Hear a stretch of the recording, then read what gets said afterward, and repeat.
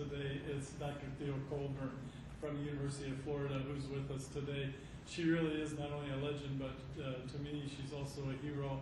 I'll never forget the day that Our Stolen Future came out. I read it within 24 hours. It was actually hard to put down for me, and we continue to use it in class because Theo Colborn is one of the few of us who can count herself lucky enough, I think, to really have changed the field of environmental chemistry, environmental toxicology written large, environmental health written large for all of us. And definitely the book changed the research picture at EPA and even at NIH, and changed to a large extent, I think, practice as well, and regulatory practice.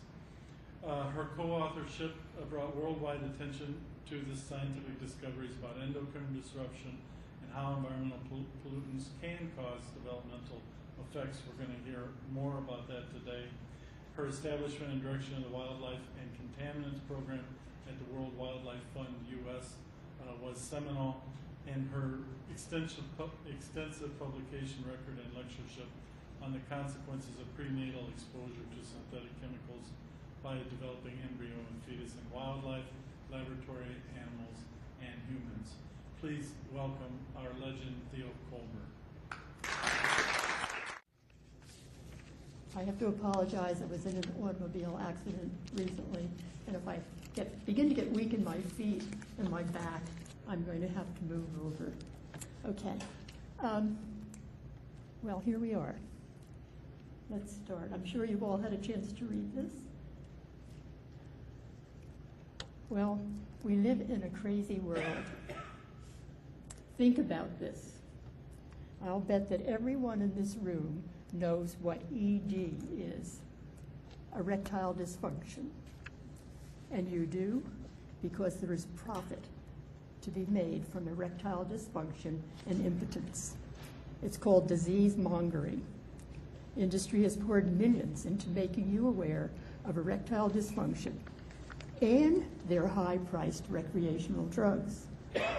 But there is another ED out there where millions have also been poured into keeping it a secret: endocrine disruption. It has been to the advantage of some to discourage the use of the term because they are making huge profits on a growing list of chemicals that can interfere with the endocrine system. They do not want you to know that these chemicals are in the products found in your homes, offices, schools, and automobiles, and have penetrated every environment on the planet.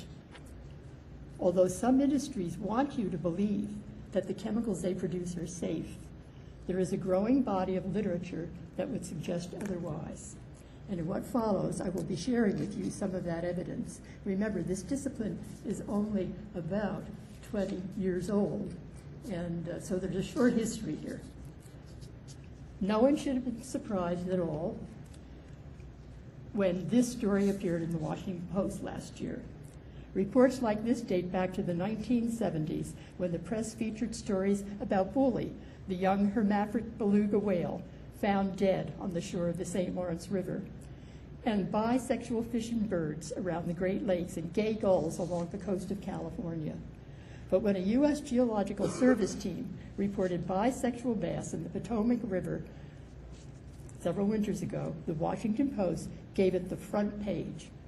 And on Capitol Hill, it provoked a hearing by the House Committee on Oversight and Government Reform.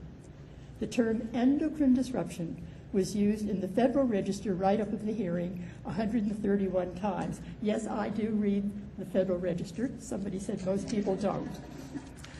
This was followed by an article in May 2007 in the Toronto Globe and Mail describing the results of deliberately dosing a Canadian lake with the active ingredient in birth control pills, and the disappearance of the fathead minnows in the lake in 2 years.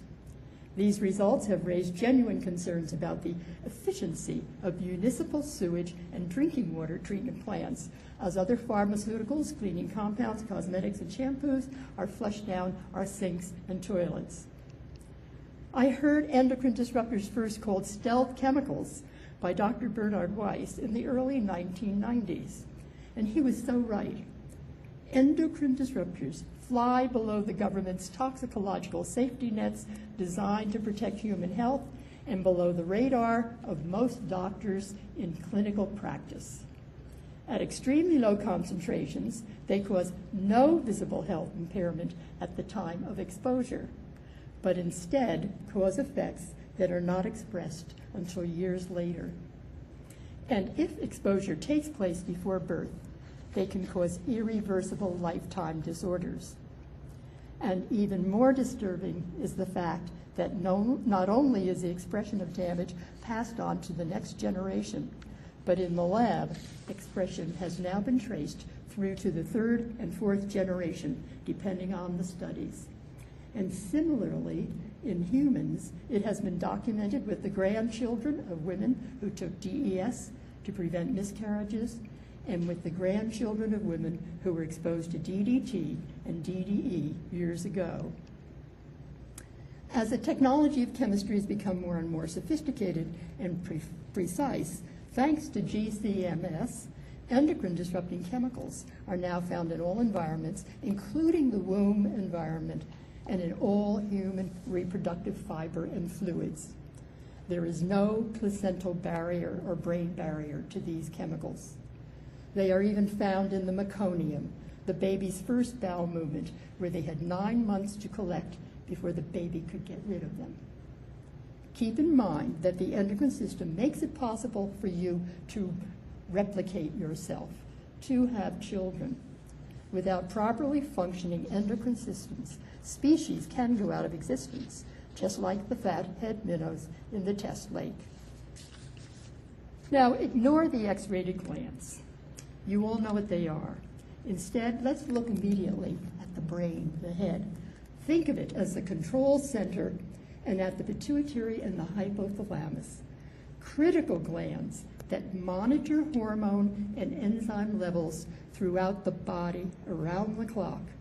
And through a thermostat-like feedback mechanism, they control hormone levels throughout the body by turning on and off the production of hormones in distant glands, and the on and off production of the protein receptors in the target organs where hormones do their job.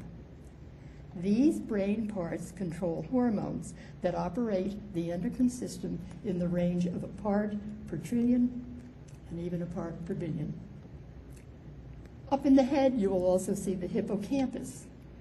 It makes it possible for humans to process information and helps us arrive at some conclusions about the consequences of what we are doing. It is here where we learn to love, get our parenting, altruism, and empathetic instincts. This is what makes us human. The thyroid is deeply involved in reproduction and fertility and plays a major role in brain development, intelligence, and behavior. The adrenal glands, through the hormone aldosterone, control blood pressure, and through the corticosteroids, work with the immune system. And then there is the pancreas.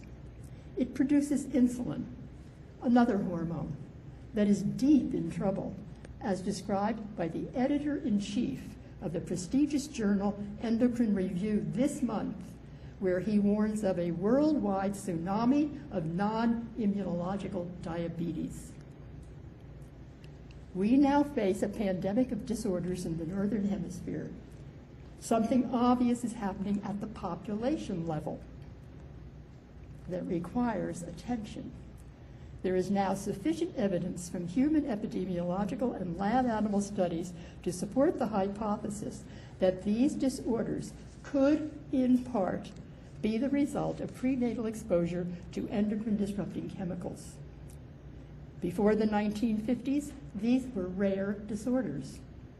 But since the 1970s, all of these disorders began to increase. The American Diabetes Association points out that the incidence of diabetes increased by 14% between 2003 and 2006. And if the trend continues, 1 in 3 Americans and 1 in 2 minorities born in 2007 will develop diabetes in their lifetime. The Centers for Disease Control and Prevention reported that 1 in 150 children born has an autism spectrum disorder, and among boys, the odds are 1 in 89. And 1 in 125 boys are born with hypospadias. Danish medical doctors report a widespread condition in the Northern Hemisphere described as a male dysgenesis syndrome that can be traced back to damage in the womb. And a 2000 study showed an age-independent decline in testosterone levels in men over the past 20 years in the United States. They call this early andropause. These are all disorders that can be of fetal origin. So why has toxicology failed to detect endocrine effects? Keep in mind that most of the pioneer researchers who discovered endocrine disruption were not toxicologists. They were field and laboratory biologists, developmental biologists, medical researchers, long-term cancer researchers, and chemists who had little or no training in toxicology. They belonged to a growing community of scientists doing cross-disciplinary research in endocrine disruption. They were not locked into the traditional dogma that the dose makes the poison. I want to get to the top before I finish here. And they kept getting results like these, where an agonist turns on the system and increases and to the point where the body, the brain now, remember, starts to turn off the response and the dose continues to increase. This reflects the brain at work. These cross-disciplinary researchers are dosing animals at ambient or biologically relevant concentrations, not the super high doses used for toxicological testing. So, and they found responses like these often at doses orders of magnitudes lower than the doses at which chemicals had previously been tested. Now, speaking of timing, let's go back to 1915, along the shoreline of the Great Lakes, when huge factories began to produce free chlorine, which is still used today to purify water for millions of people around the world. But with the production of chlorine came a byproduct, dioxin, that has now been shown to have caused the crash of the commercial fisheries in the Great Lakes in the late 1930s, because it interfered with the development of the young fish. PCBs were first produced in 1929, acting as fire retardants, and at that time made possible the rural electrification of the United States. And I was a little farm girl living on a farm, and I can remember electricity coming to us. In the early 1940s, at the end of World War II, DDT and a long list of chlorinated pesticides were put on the market by huge chemical companies, converting to peacetime products. And each year, more and more cheap chemicals derived from the byproducts of processing crude oil and natural gas enter the market. Soon, fossil fuel-derived plastics would become the choice for building materials, packaging, and practically everything in our lives. As fire retardants, lubricants, detergents, cosmetics, toiletry, toys, and so on, we live in a plastic world. If you were born after 1950, you were exposed in the womb to many of those chemicals. And by the time you had your children in the 70s and 80s, they would have been exposed to even more kinds of chemicals and more often. As the products gradually became a part of our personal lives in our homes, workplaces, schools, and transportation systems, and so on, we were walking into them every day. We are looking today at children whose great-great-grandparents were among the first exposed in the womb and perhaps experiencing health problems that reflect their ancestors' exposure. Now, in 1970, Francois Sprecher-Davis, a medical doctor on my staff, published a paper in the journal Thyroid in which she described 12 different ways chemicals could interfere with the thyroid system. She also listed 89 widely used chemicals that interfere with the thyroid system. And of these, 65 were widely used pesticides. And of these, 24 caused overt thyroid tumors when tested in laboratory animals. Yet the EPA has taken no action to remove any of these chemicals from use. And it has now been known for over a century that the thyroid system plays a major role in brain development, and that low thyroid hormone levels during pregnancy can lead to mental retardation and cretinism. Now here you see a simple model of the role of thyroid in the development of the brain from fertilization to birth at 38 weeks. And you might drop down to the cochlea, but you can see down around the 6th week, the cochlea begins to develop. This is the cornucopia-shaped structure in the ear that is lined with millions of cells called hair cells that respond to sound and make it possible for us to hear. EPA scientists ran a series of 3 studies that show how chemicals like the PCBs can interfere with the development of the cochlea. In their first experiment, the EPA scientists induced loss of hearing and motor control in pups whose mothers were dosed during pregnancy with a prescription drug, propylthiouracil, that blocks the thyroid hormone. Second, they dosed another set of rat mothers with PCBs and got the same effects. Third, to make sure that the damage was thyroid related, they treated another set of mothers with PCB plus T4 or thyroxine, which ameliorated the problem, demonstrating that PCBs damage the development of the ear before birth through a thyroid mechanism. The exposed rat pups did not hear low and intermediate frequency sound. The special hair cells that respond to sound in the cochlea did not develop normally in the rats. Now, children with learning disabilities often have difficulty processing information because they don't hear sound normally. They have difficulty with phonics, making it difficult to learn to read, and then don't do well in school. There are now a number of healthy mother-child studies from around the world where increasing blood levels of PCBs have been associated with increasing cognitive loss and behavioral difficulties in their children. And let's turn to one of these now. We're a cohort of 189 children whose cord blood was assayed for PCBs, and at 4.5 years of age were given what is called a continuous performance test, called the Catch the Cat. The test measured their lack of control of impulsive responding, an ADHD-like symptom. The children sat before a laptop computer and were shown a picture of a house with windows in it and told them that an apple, a butterfly, or a cat might show up in one of the windows. The child was given a joystick to click every time he or she saw a cat. The time it took to respond between 200 and 3,000 milliseconds was a correct answer. And any click that took less than 200 or more than 3,000 milliseconds, and a click when there was no cat, was called an error of commission.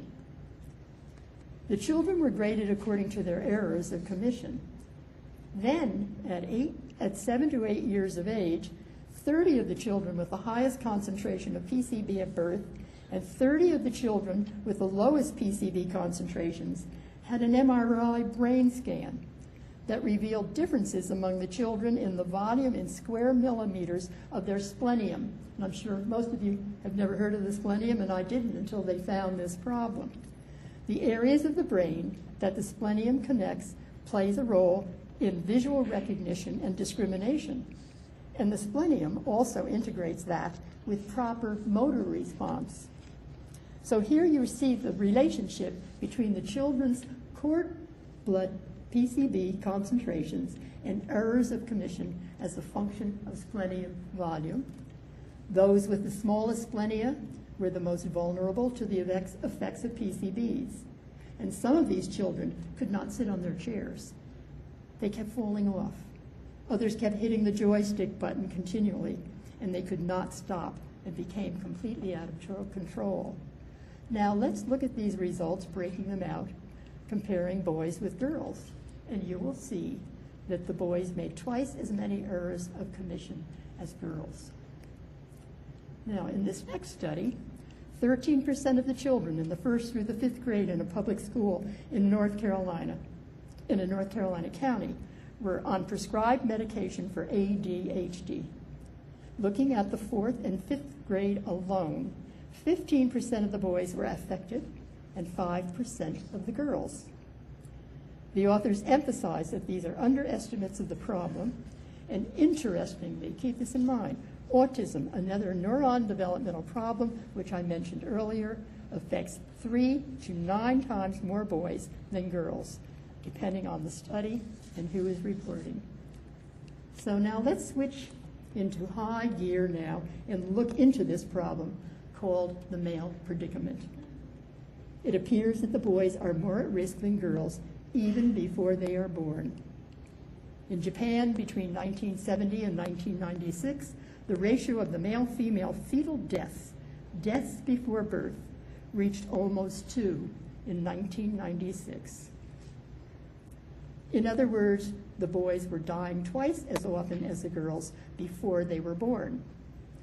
Now, this could not have been done in this country because the sex of fetal deaths are not recorded. But the author of this paper suggests that perhaps synthetic chemicals may be weeding out some of the boys before birth. Now, epidemiologists in this country and Canada reviewed male and female live birth ratios from approximately 1970 to 1995 and reported a decline over the 25 years. The Canadians were able to go back in their records as far as 1930 and found that the decline did not start in Canada until 1970, which fits the timeline when one would begin to expect to see an effect at the population level. They had a cumulative loss of 2.2 males per 1,000 births across Canada, reported at the last count. And in the eastern Atlantic region of Canada, around the Great Lakes and Ontario, the loss was 5.6 male births per 1,000 between 1970 and 1990. And that had a p-value of 0.001. This significant decline in male births in eastern Canada is reinforced by the results of this report that may provide an explanation for the obvious sex ratio in eastern Canada, where almost twice as many girls than boys are born in this Sarnia First Nation population. The Centers for Disease Control and Prevention, using data from the Atlanta metropolitan area, predicted that overall major birth defects in males were 3.9%, compared with 2.8% for females.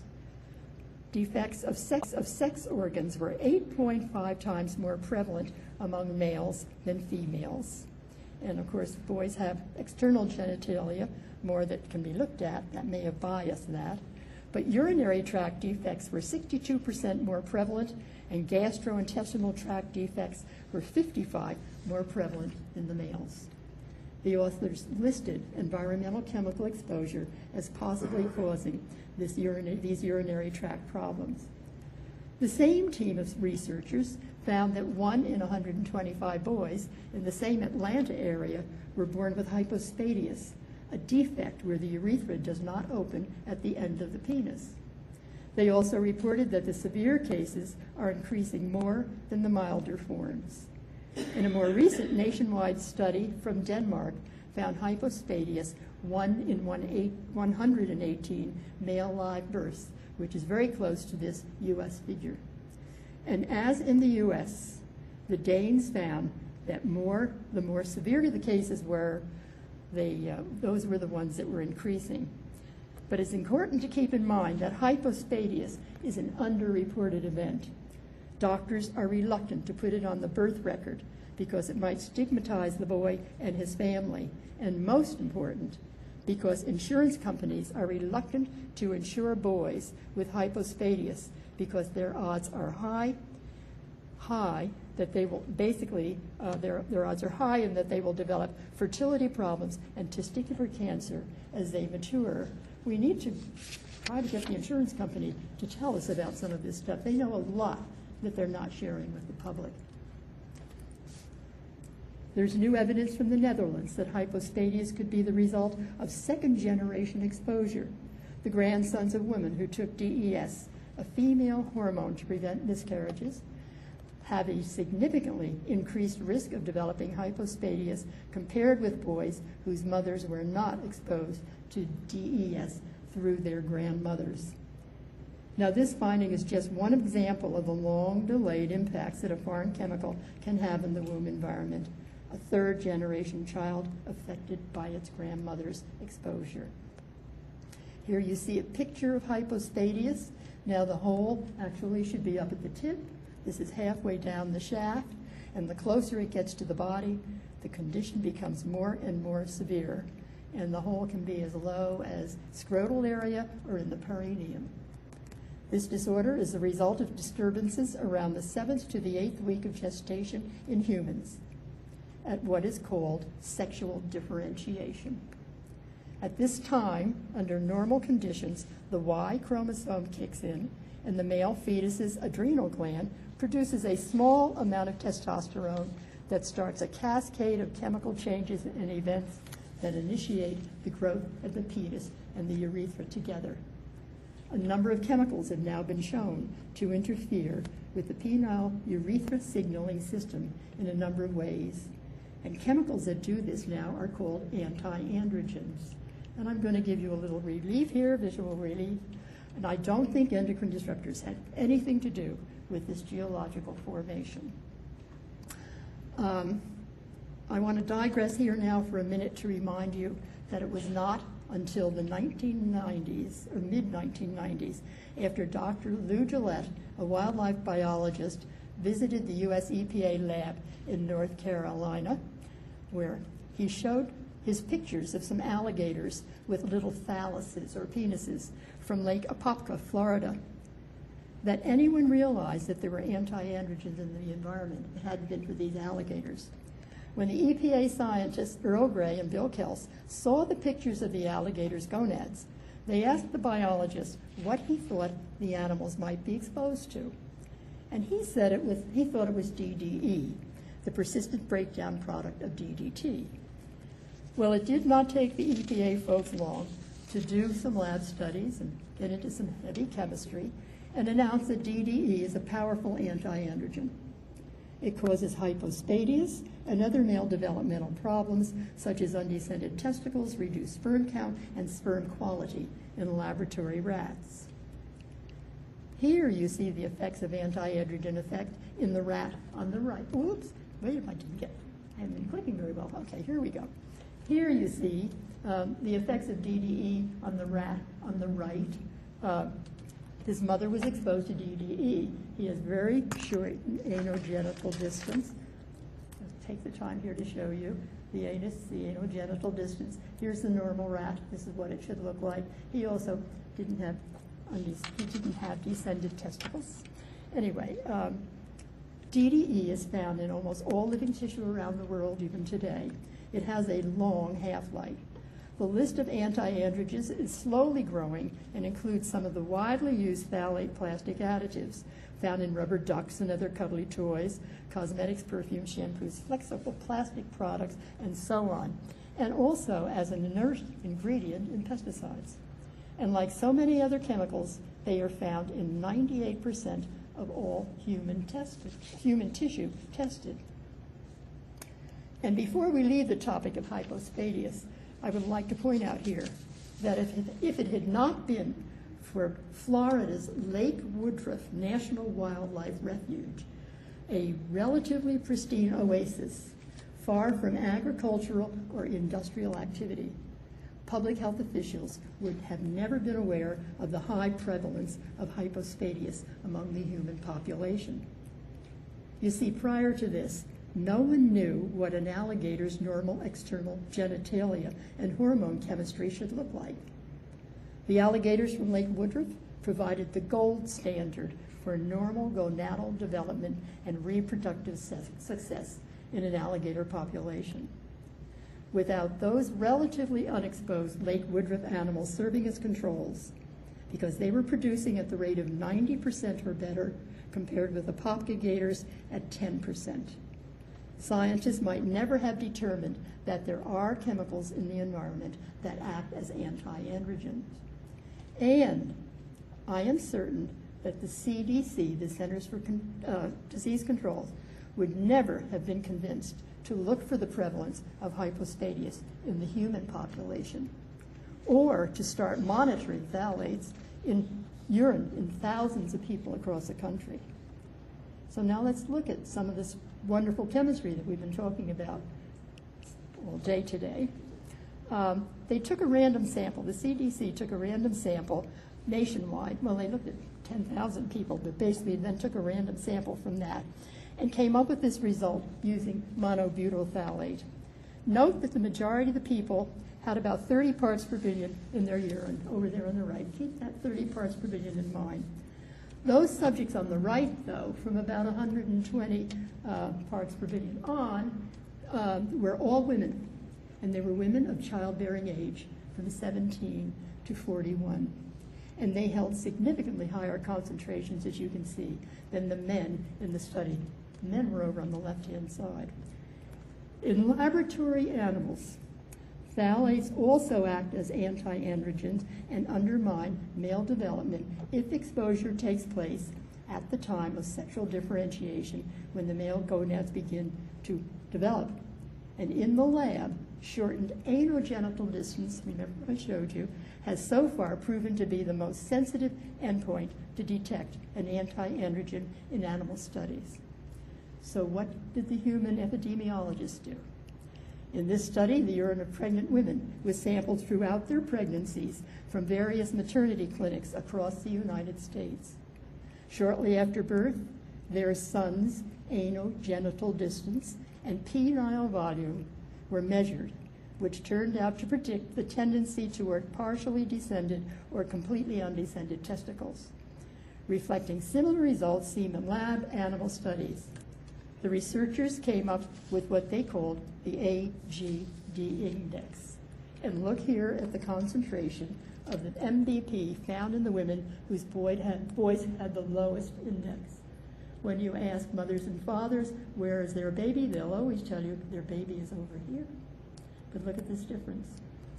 So anyway, and probably one of the most provocative papers on the human male predicament came from a Danish study in 1992, when they released the first meta-analysis of international sperm count studies that showed a 50% drop in sperm count and reduced semen quality between 1939 and 1990. As with other groundbreaking reports, there was a great deal of skepticism about the credibility of this paper. Tremendous amount of back and forth push.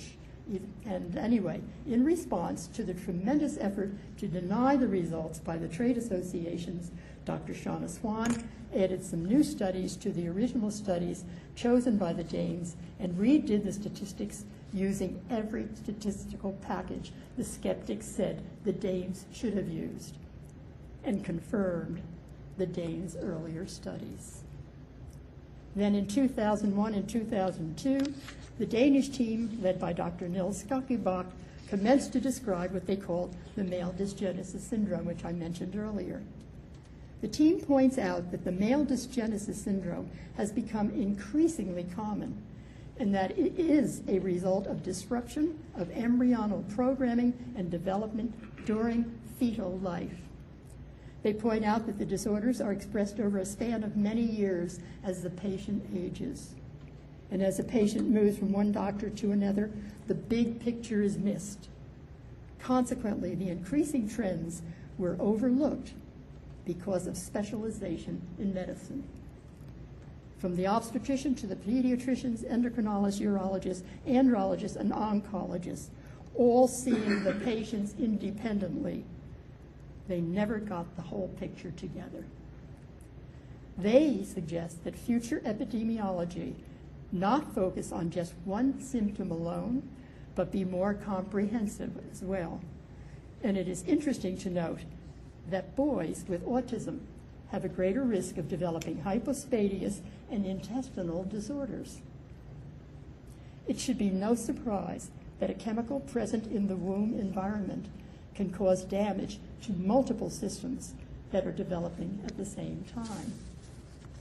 So taking the Danish team's suggestion, my team has put together something I want to share with you. And I want you to think about this first. Why would not several developing organ systems be vulnerable at the same time if a foreign chemical were present in the womb environment, particularly in those early weeks of cell development? We wondered if there might be a way, a very simple way, to take the vast amount of data at our disposal to present a broader picture of the etiology of more than one disorder. Something like what the Danes suggested. So taking their lead and focusing on the first 38 weeks of life during one's excursion in the womb, could this information be packaged in one relatively easy model that most people could understand and be internet accessible? So here you see our attempt to produce a simple model of normal human development of some of the critical systems and organs necessary to construct a baby from fertilization to birth, broken out over the 38 weeks. With your mouse, you will be able to wander anywhere on the graph and click on a tick and read what takes place at that stage of development. And here you see testosterone production. And then you will be able to click on that and the citation will pop up. Now next, you will be able to go to the toolbar on top where it says, excuse me, select a chemical and click. And in this case, I selected bisphenol A, one of the highest profile chemicals of today, believe me, and most contentious chemical in the market today. Here you see every body system where there is evidence that BPA can interfere with or alter the development of the baby's systems or organs. What you see here was taken from laboratory studies using only 1 microgram per kilogram of body weight, that's 1 part per million. BPA has become so popular that over 6 billion pounds were produced globally in 2003. BPA does not bioaccumulate like other poster child chemicals have. Yet it is found in virtually everyone's tissue, about 1 to 2 parts per billion, because it is so versatile and we are exposed to it so often. And it has now been incorporated into practically every product society depends upon today. Now, I have just spent the last 35 minutes talking about the male predicament. Let's go down and home in on the male reproductive system. And you can click on a red tick here, and also you will get to see what was discovered at that particular time, and then you can click again, actually, and pull up the citation.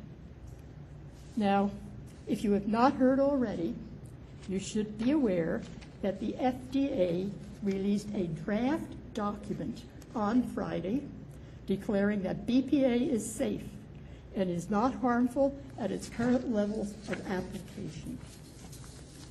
This is a typical example of a politically driven decision, I am sure, in light of the fact that today in California, the legislature is looking at a new bill to ban bisphenol A from certain products.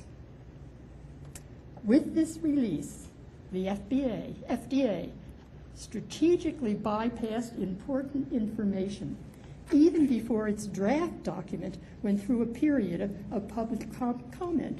They haven't finished reporting on this from the FDA yet. Interestingly, to come to its conclusion, the FDA did not use the reports cited in our critical window of development study that includes a great deal of research done by the top scientists in the U.S. and funded by the most respected U.S. government programs. The FDA also set itself up for criticism by releasing its draft report before the release of the NIEHS and National Tox Program report on the safety of BPA based on this more sophisticated and sensitive research. It is apparent that the FDA is stuck in traditional toxicology and is not ready to accept new, more protective standards for the safety of chemicals. The Canadian government was not fooled. It has already banned BPA in baby bottles. And it would be very interesting if we could find out who lobbied for releasing this draft report prematurely. So, can we resolve the male predicament and alter the spiraling downward course of public health that is threatening future generations?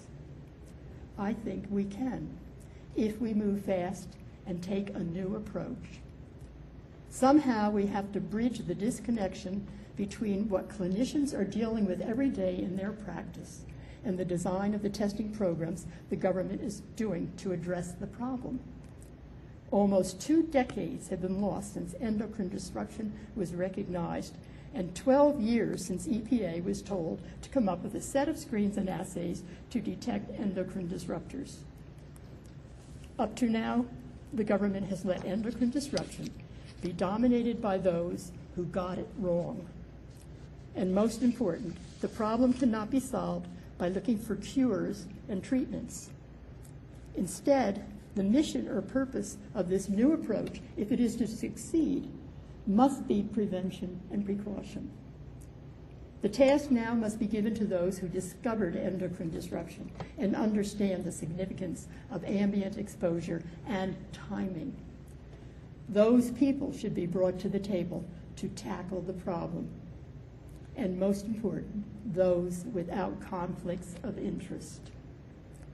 There is an urgent need for the creation of many new multidisciplinary teams of biomedically trained scientists, including chemists, who will step outside their discipline to work together to help flesh out the chemistry that controls gestation and function in order to develop the protocols needed to weed out endocrine disruptors.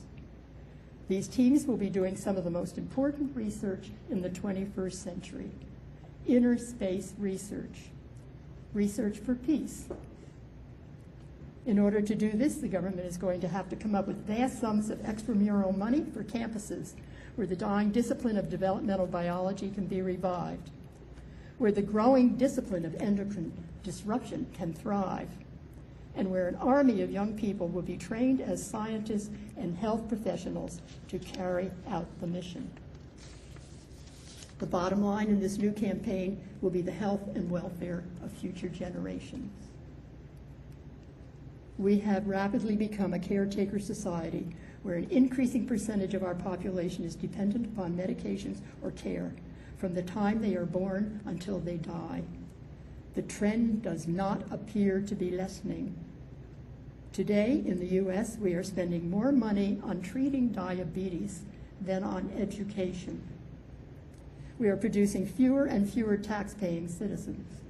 We are producing more and more children with learning disabilities and serious social problems. We are now moving into the 4th generation of individuals exposed to endocrine disrupting chemicals in the womb. The statistics tell us that something is wrong with the human condition and that males are targeted and that the time is getting short. We need leaders who will take endocrine disruption out of the closet.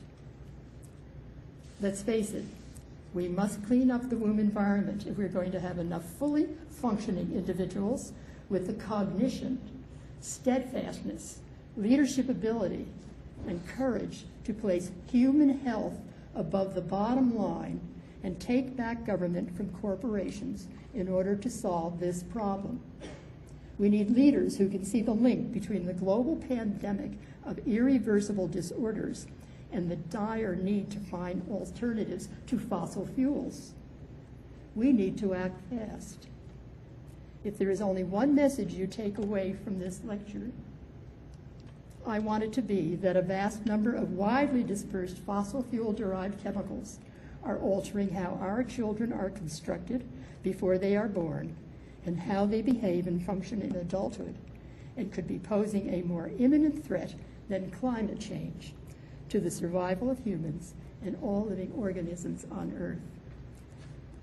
And where I live in the West, We often see reminders like this of the good old days, before endocrine disruptors and the need for Viagra and Cialis. I call them symbols of hope. And at this point, I would like to just acknowledge some of the organizations that have supported us. We're a small group, but we have good support, and I definitely want to show you where you can go. If you're interested in the data that appeared on the screen, go to endocrinedisruption.org and hit products, and then hit BPA, and there are over 335 studies listed there of 1 part per million or less. And we expect to have the other product that I'm talking about. It's going through a very intense review process now, and also trying to get all the glitches out of it as far as being able to, anybody can get it on their computer at home. We should have that up hopefully right after the first of the year. And I want to thank you for your time.